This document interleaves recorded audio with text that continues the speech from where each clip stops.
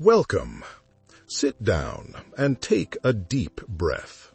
We are not here today to learn a new technique, but to decipher the operating manual for reality itself. What if I told you that the most powerful treatise on wealth manifestation ever written isn't a modern finance book or a self-help seminar, but an ancient story 2,000 years old? A parable you think you know, but one that I assure you has been misunderstood, veiled, and hidden in plain sight from the vast majority of humanity. This is a story that Neville Goddard, the great 20th century mystic, read not as a moral lesson, but as an unrelenting, perfect diagram of the law of assumption. Feel this truth. How many times have you looked at the world, at the grind, and felt like you were last in line? You see others accumulating success, wealth, and happiness, seemingly without effort, as if they were just given 5 talents at birth, while you fight every single day just to protect the 1 talent you were given. You live in fear of losing the little you have. The fear of taking a risk, the fear of truly believing you can escape the 9 to 5. You've tried affirmations, you've tried visualizing, but the specter of debt, the reality of the bills, the overwhelming feeling of not enough feels like a cruel master judging your every move. It feels like the American dream is a race you're destined to lose, a game that's rigged against you from the start, demanding your labor but offering no real freedom. And so, just to be safe, just to be realistic, you hide your dreams, your true creative power, your imagination in the ground. You bury it beneath the objective facts of your bank account and your job title. This frustration, this feeling of cosmic injustice, is the universal pain of everyone who has misunderstood the story we are about to unlock. It is the feeling of being the third servant, looking at life, at God, at the universe, and saying, "I knew you were a harsh master, reaping where you did not sow." You accuse the law of being unfair, when in truth, the law is simply perfect, impersonal, and always, always obedient to what you believe to be true about it. The problem has never been the external system, as broken as it may seem. The problem has always been the misunderstanding of our own divine power, the misunderstanding of this parable of prosperity. Neville Goddard looked beyond the literal veil of these ancient texts and saw the Bible not as history, but as a sublime psychological drama. A drama that plays out entirely within the consciousness of man. For him, the parable of the talents was not about a master and his servants in Judea. It was about you. It was about your I am, your own wonderful human imagination, and how it administers its own creative power. This, Neville taught us, is the secret story of how your own awareness creates or destroys your world, and most specifically, your wealth and your freedom. Let us now analyze this story as an alchemist would. A man, traveling to a far country, called his own servants and delivered his goods to them. This man, this master, is not an external entity. It is your own awareness, your I am. It is God. The journey he takes is the act of withdrawing from the 5-sense world, the act of entering the state of sleep, or that meditative state Neville called the state akin to sleep, where the objective world fades. Before leaving, he entrusts his goods to his servants. The servants are the aspects of your own mind, your mental faculties. And what are these goods? They are not gold or silver coins. The talents are units of creative power. They are your imagination. A talent is the ability to feel, to assume, to declare, I am wealthy, I am loved, I am free. It is the very power of God deposited within you, awaiting your direction. The story says the master gave to one 5 talents, to another 2, and to another 1. Why the disparity? Why not equal shares for all? The answer is the key to everything. To each according to his own ability. What does ability mean here? It is not a fixed destiny. It is not a divine judgment on your worth. The ability, in Neville's view, is your current state of consciousness. It is your level of faith and acceptance of your own power. It's your capacity to receive. It's the mental ceiling you have placed on yourself, or the boundless horizon you have accepted. To the one who is already aware of being a creator, an expanded state of consciousness, the capacity to imagine 5 desires and manifest them is given. To the one who is more cautious, but still open, 2, that measure is given.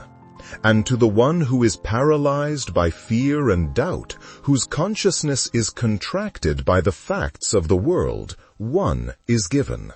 The Master, your awareness, always gives you exactly the power you are willing to accept and use. Block 2. The inner work versus the scarcity mindset. Now, observe the action. Then he who had received the 5 talents went and traded with them and made another 5 talents. The key word is went. The King James Version says immediately. This is the mind that does not waver. This is the mindset of the creator, the entrepreneur, the one who embodies financial freedom before it appears. It's not the 9-to-5 mindset of waiting for permission or a paycheck. It is decisive, internal action.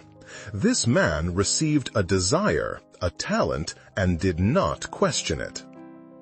He did not consult his senses. He did not check his bank account or ask the market for permission. He immediately performed the inner work. He invested his talent. How? By assuming the feeling of the wish fulfilled. He didn't hope. He didn't work hard in the traditional sense. He became the man who already had the 10 talents. This is the real work that Neville taught. It is not the sweat of the brow. It is the alchemical work we speak of on this channel. It is the work of remaining faithful to an imaginal state, of living in the end, of feeling the gratitude for what the mortal eye cannot yet see. The first servant took the idea of wealth, the 5 talents, and impressed it upon his subconscious with such total faith that reality had no choice but to conform, doubling his state. He used the law with mastery, with awareness, and without hesitation. He designed his reality from the inside out. And likewise, he who had received 2 gained 2 more also. The law is impartial. It doesn't matter if you start with a 5-talent consciousness, a grand vision of a new enterprise, or a 2-talent consciousness, the desire to be free from your current debt. If you use what you have, if you invest your imagination in the feeling of your own abundance, the law of multiplication must respond. Both of these servants understood, instinctively or consciously, that the master, the law, their own I am, was a creative principle that responds to faith, not to struggle. But then, my fellow alchemist, we arrive at the dark heart of the parable. We arrive at the man that most of humanity, especially those feeling stuck in the daily grind, tragically chooses to embody. But he who had received 1 talent went and dug in the ground and hid his Lord's money. Read those words and feel the chill of fear they contain. This man represents the contracted consciousness. He represents the scarcity mindset. He received the exact same power as the others. The talent is always pure creative power. It is always your imagination. But his ability, his state of consciousness, is so saturated with doubt that his first reaction is not investment, but protection. He is terrified of losing the one thing he believes he has. He is operating from a place of not enough, the very mindset that keeps millions chained to jobs they despise, living paycheck to paycheck, terrified of taking the risk that leads to freedom. Instead of using the talent to create the inner work, he uses his energy to hide it. And where does he hide it? In the ground. The ground is the physical world, the world of the 5 senses, the hard, cold facts of objective reality. Hiding your talent in the ground means looking at your bank account, at your resume, at your bills, and saying, "This is all I have. This is my reality. I must protect it. I must be realistic." It means choosing to play it safe.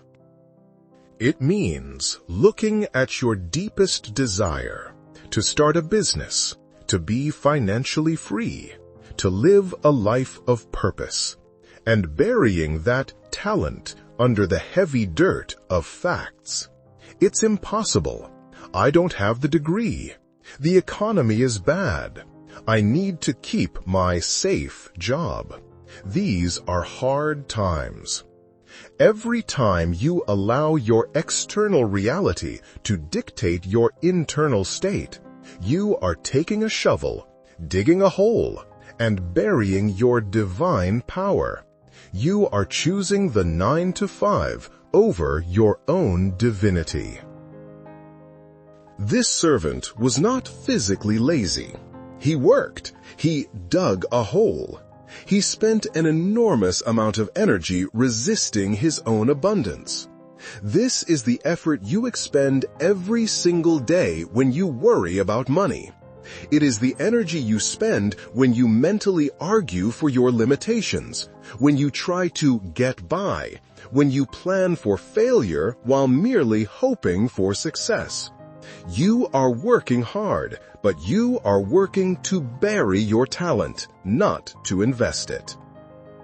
Think of how many times you've had an inspiration, an idea that could have transformed your life, a talent. And what did you do? Did you consult your senses? Did you ask others for their limited opinions? Did you look at your wallet and say, "Not now"? In that instant, you picked up a shovel and began to dig.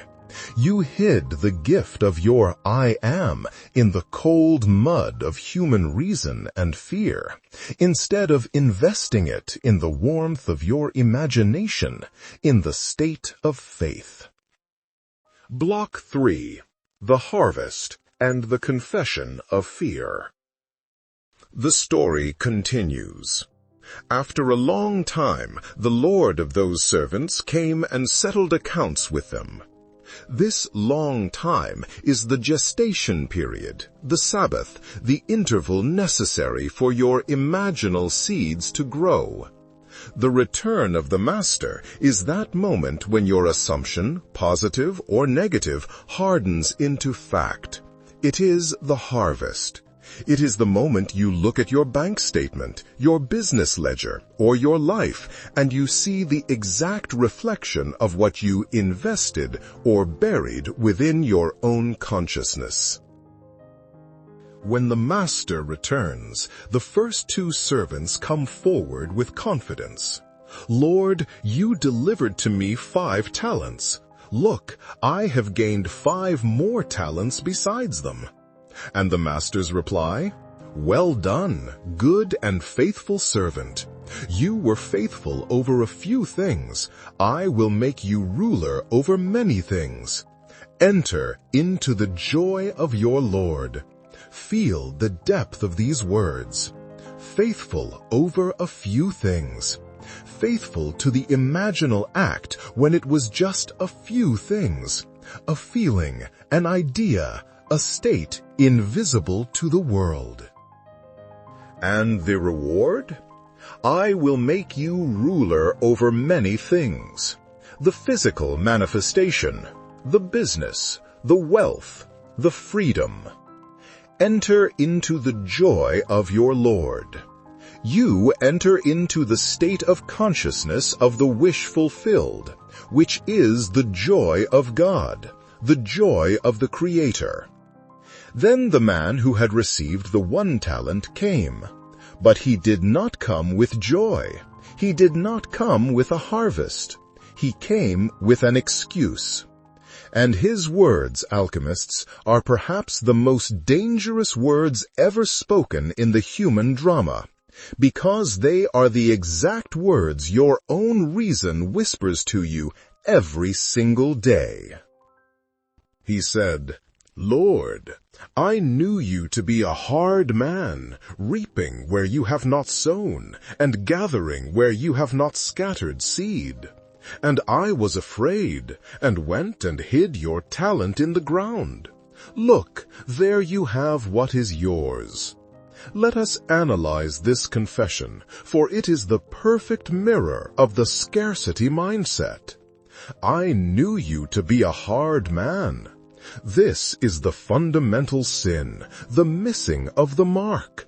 The servant projects his own hardness, his own mental rigidity onto the law, the Master. He believes that life is hard, that money is hard to come by, that the system is rigged, that the universe is a tyrant. And because the law is a perfect mirror, the universe reflects that hardness right back at him. It is not the Master who is hard. It is the servant's belief that creates a hard master. As within, so without. This is the core of the 9-to-5 grind mentality. It is the belief that you must trade your life for survival, that hard work, the grind, is the only way, rather than smart inner work, the investment. Reaping where you have not sown. This is the victim mindset. This is the accusation. It is the belief that wealth is unjust, that others, the 1%, get it without merit, while you labor in vain. It is looking at the external world, the effect, and trying to change it, instead of understanding that the harvest only appears where you have sown a seed in your imagination. The servant accuses the Master of doing exactly what he himself refuses to do: reap a harvest, manifestation, from a seed, imagination. And I was afraid. There it is, the declared enemy. Not ignorance, not physical laziness, but fear. Fear is the emotion that freezes the creative act. Fear is faith in reverse. It is faith in failure. Fear is the energy the servant used to dig the hole. He had more faith in his state of fear than in the creative power of the talent he was given. He worshipped the God of, "What if I lose it all?" He worshipped the God of scarcity. He chose the safety of the known, his job, over the freedom of the unknown, his imaginal power. And finally, look, there you have what is yours. He tries to give back the talent, the power, the imagination. This is the rejection of his own sovereignty. This is the man who says, "This power is too much for me. I would rather be a slave to my five senses, a slave to the system, than be the master of my own consciousness." This is the voice that says, "I'll just stick to my day job. The dream is too big. It's not for me." It is the surrendering of the American dream, not to the system, but to fear. The master's response is ruthless, but it is not cruel. It is the impersonal, unbending answer of the law. "You wicked and lazy servant." Wicked, in the Greek poneros, means erroneous, off target. And lazy does not refer to physical work. This man toiled to dig the hole, but lazy in the inner work, lazy in the imaginal investment. "You knew," the master says, using the servant's own words against him. "You assumed I was a hard man, so you created that reality. You ought, therefore, to have deposited my money with the bankers, and at my coming I would have received back my own with interest." This is the divine mechanism the servant ignored. Who are the bankers? The bankers are your own subconscious mind. The subconscious is the universal bank that accepts any deposit, any feeling, any assumption, and always returns it with interest, the multiplied manifestation. You cannot fool it. It takes your deepest belief, your fear, or your faith, and makes it your reality. Block 4. The Law of Wealth and the Call to Mastery. The Master is saying, even if you were afraid, the only thing required of you was to deposit the feeling of the wish fulfilled into your subconscious and let it work. But you didn't even do that. You held the talent, your creative power, dormant. And now the judgment. This is the law in action. Therefore, take the talent from him and give it to him who has 10 talents. This is not theft. It is the principle of contraction and expansion. Consciousness that is not used, invested, atrophies. Power that is not claimed is lost. And where does it go? It goes to the consciousness that is most expanded, to the one who is already living in the state of abundance, him who has 10 talents. For to everyone who has, more will be given, and he will have abundance. But from him who does not have, even what he has will be taken away. This is the unbending law of wealth. It is not a punishment. It is a formula. It is the core principle of reality. It's not the rich get richer. It's the conscious get richer.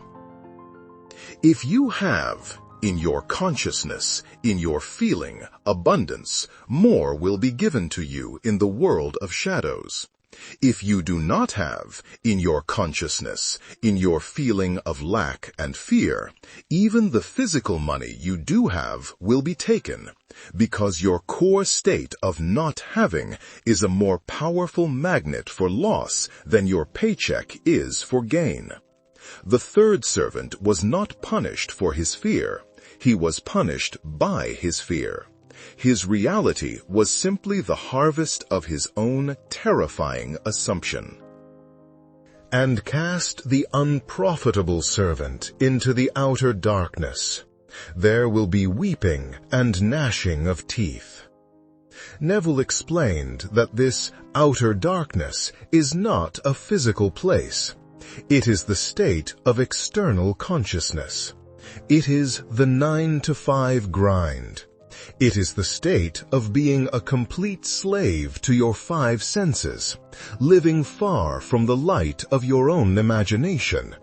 It is the frustration, weeping and gnashing of teeth of the person who sees the world happening to them, instead of understanding that it happens from them. It is the hell of the victim mindset.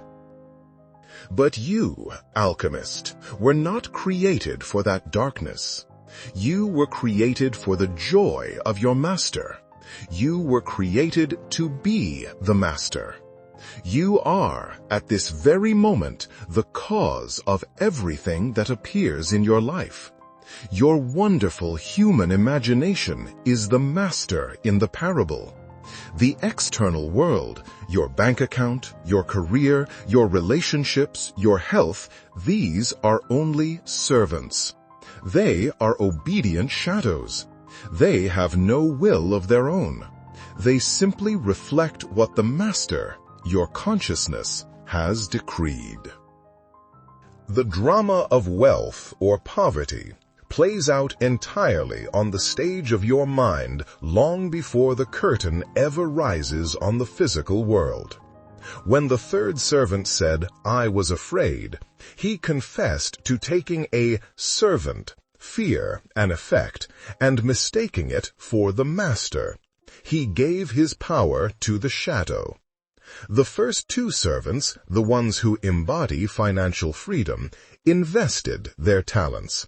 This investment is what Neville Goddard called the act of impressing the subconscious mind.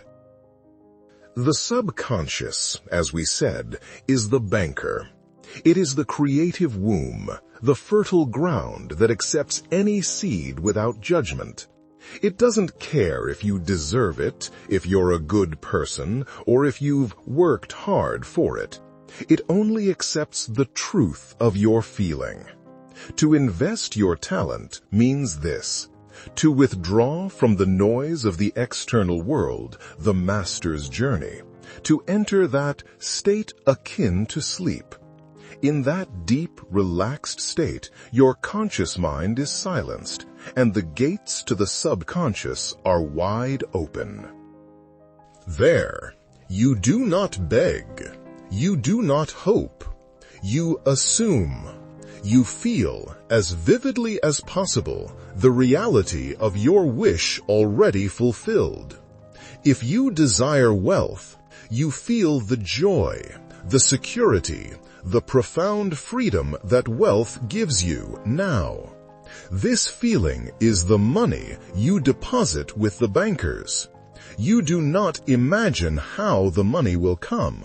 That is the subconscious's job, not yours. Your only job is to enter into the joy of your Lord, to remain faithful to that inner state of having. Once you have impressed that feeling, your work is done. You have invested the talent.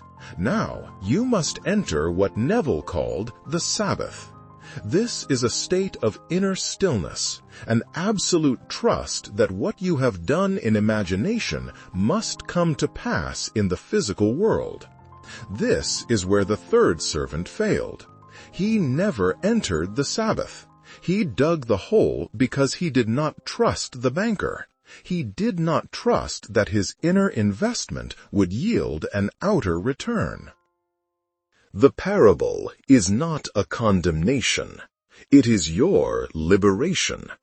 It is the owner's manual telling you that the universe does not judge. It simply amplifies. It amplifies your faith, or it amplifies your fear. The choice has always been and will always be yours. Today, you stop being the third servant. You stop looking at the ground of your current reality and using it as an excuse for your poverty. You are not an effect. You are the cause. You are not the servant. You are the master, returning from his journey to settle accounts.